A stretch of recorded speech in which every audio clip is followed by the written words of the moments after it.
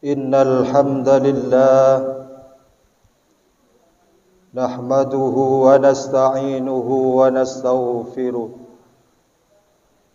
wa na'udzu billahi min shururi anfusina wa min sayyiati a'malina may yahdihillahu fala mudilla lahu wa may yudlil fala hadiya lahu.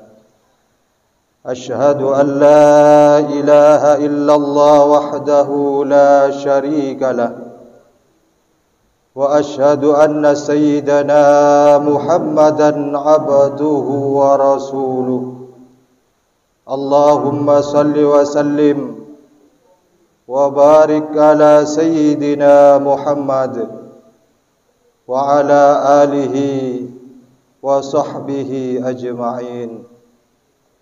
أما بعد فيا عباد الله اتقوا الله حق تقاته ولا تموتن إلا وأنتم مسلمون. Hadirin jemaah salat Jum'ah rahimakumullah, marilah dalam kesempatan hidup di dunia yang sangat singkat ini kita kembali meningkatkan kualitas keimanan dan ketakwaan kita kepada Allah Subhanahu wa taala dengan cara imtithalu awamirillah, menjalankan segala yang diperintah oleh Allah, wajtinabun nawahihi, dan menjauhi segala larangan-larangan Allah Subhanahu wa taala. Hadirin jemaah salat Jum'ah rahimakumullah, seperti yang sudah kita ketahui bersama bahwasanya sabar itu mencakup terhadap 3 hal.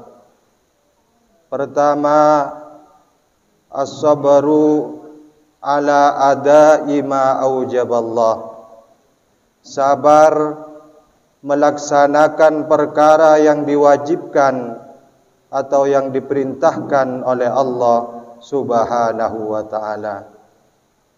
Sabar yang kedua, as-sabru amma harramallah, sabar menjauhi perkara yang diharamkan, perkara yang dilarang oleh Allah Subhanahu wa taala.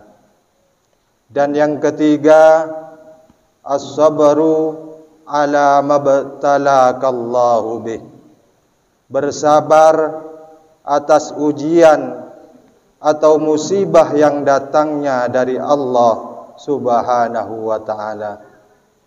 Hadirin yang dimuliakan oleh Allah, menurut pendapat ulama, dari ketiga bentuk sabar ini yang paling banyak pahalanya dan yang paling berat untuk dilakukan adalah bersabar dalam menjauhi perkara yang diharamkan atau yang dilarang oleh Allah Subhanahu wa taala. Makanya sering kita jumpai orang-orang yang rajin melaksanakan perintah Allah seperti solat, puasa dan lain-lain, tapi maksiatnya jalan terus. Mereka tidak mampu bersabar menjauhi perkara yang dilarang oleh Allah Subhanahu wa taala.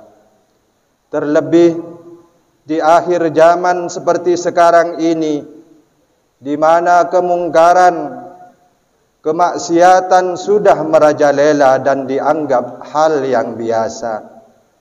Di saat banyak orang lain yang mencari kesenangan hidup dengan cara mengumbar hawa nafsu, kita justru dituntut oleh Allah untuk bersabar menahan diri dari ajakan hawa nafsu.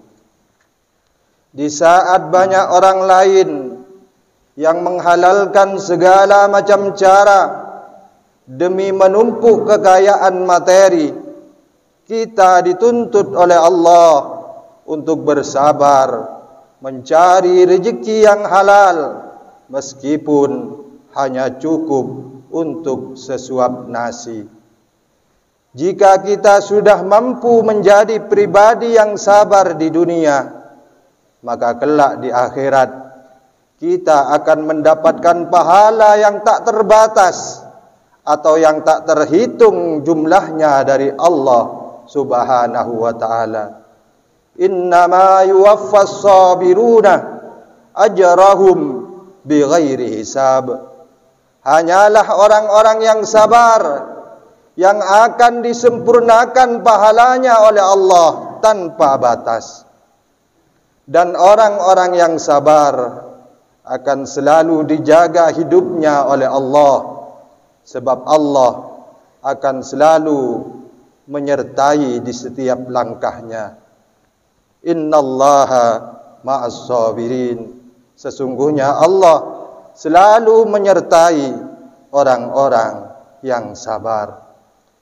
Hadirin yang dirahmati oleh Allah, di saat kita mendapatkan musibah atau ujian yang datangnya dari Allah, maka kita juga dituntut untuk bersabar. Ujian dalam hidup itu bisa berupa keburukan atau kesengsaraan, seperti terkena penyakit, sulitnya ekonomi, anak-anak yang nakal atau durhaka, dan lain sebagainya. Juga bisa berupa kebaikan, seperti diberi kesehatan, kekayaan, anak-anak yang taat dan penurut. Allah Subhanahu wa ta'ala berfirman dalam Al-Quran, wa nabluukum bisyarri wal khairi fitnah wa ilaina turja'un. Akan kami uji kalian dengan keburukan dan kebaikan, dan hanya kepada kami kalian akan kembali. Hadirin yang dimuliakan oleh Allah, ujian yang berupa keburukan bisa datang dari mana saja, termasuk dari anggota keluarga kita sendiri. Ingatlah bahwa Nabi Muhammad sallallahu alaihi wasallam juga pernah diuji oleh Allah dengan pamandanya sendiri yang kafir dan menentang terhadap dakwah beliau. Nabi Nuh alaihi salam pernah diuji oleh Allah dengan anaknya sendiri yang bernama Kan'an, yang tidak patuh terhadap perintah orang tuanya. Nabi Lut pernah diuji dengan istrinya sendiri yang membangkang dan tidak taat kepada beliau. Nabi Yusuf alaihissalam juga pernah diuji oleh Allah dengan saudaranya sendiri yang hendak mencelakakan dan membunuh beliau. Dan masih banyak contoh yang bisa kita jadikan ibrah dalam kehidupan kita. Sepanjang kita menjalaninya dengan sabar, maka kita akan baik-baik saja dan akan mendapatkan pahala yang berlimpah dari Allah Subhanahu wa ta'ala. Mudah-mudahan kita semua tergolong hamba Allah yang sabar. Amin amin ya mujibas sa'ilin. Inna ahsanal kalam wa bayanal nizam kalamullahil malikil alam dzil jalali wal ikram. Wallahu subhanahu wa ta'ala yaqulu wa biqawlihi yahtadil muhtadun. A'udzu billahi minasy syaithanir rajim. Inna a'tainakal kautsar fasalli li rabbika wanhar inna syani'aka huwal abtar. Barakallahu li wa lakum fil Qur'anil azim wa nafa'ani wa iyyakum bima fihi minal ayati wadh-dhikril hakim wa taqabbala minni wa minkum tilawatahu innahu huwas samiul alim. Aqulu qawli hadha wa astaghfirullahal azim li wa lakum ولسائر المسلمين فيا فوز المستغفرين ويا نجاة التائبين. الله